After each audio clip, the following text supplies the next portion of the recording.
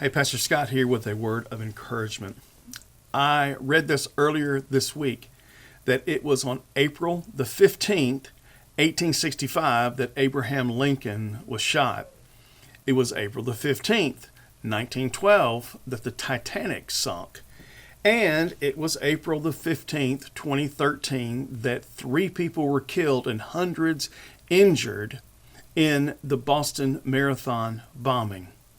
So let me ask you this. If you could have warned President Lincoln before he went to the Ford Theater, would you have done so? If you could have warned the passengers on the Titanic before they departed, would you have done so? And if you could have warned the people planning to attend or participate in the Boston Marathon that day, would you have done so? And I know you'd answer yes, of course, to all 3 of those scenarios. So even though we aren't certain about the exact day, we know with certainty that everyone is going to die. 100% sure. Death and what else? April 15th, taxes.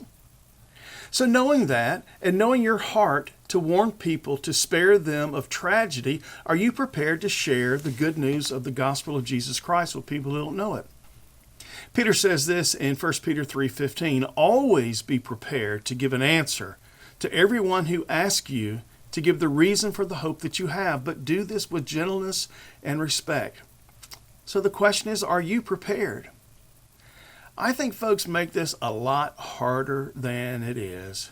So let me offer you a framework for you to create your own 60-second testimony. 3 parts to your testimony. And the first part is this: what was your life like before Christ? That's about 25% of your testimony. The second part is, how did you come to know Christ? How were you introduced? Who influenced you? What were the circumstances? That's about 35% of your testimony. And then third, what's your life like now? What areas of your old life are gone and what has replaced them? What benefits have you received from being a Christian? How have relationships changed? How do you deal with challenges differently now? That's about 40% of your 60-second testimony. And just a little pro tip, you're probably going to go over 60 seconds. But listen, you don't have to be a theologian to do this, and it's probably better if you're not. Just tell your story. Tell how Christ has affected your life. And listen, you don't have to have all the answers. All you have to do is to share you.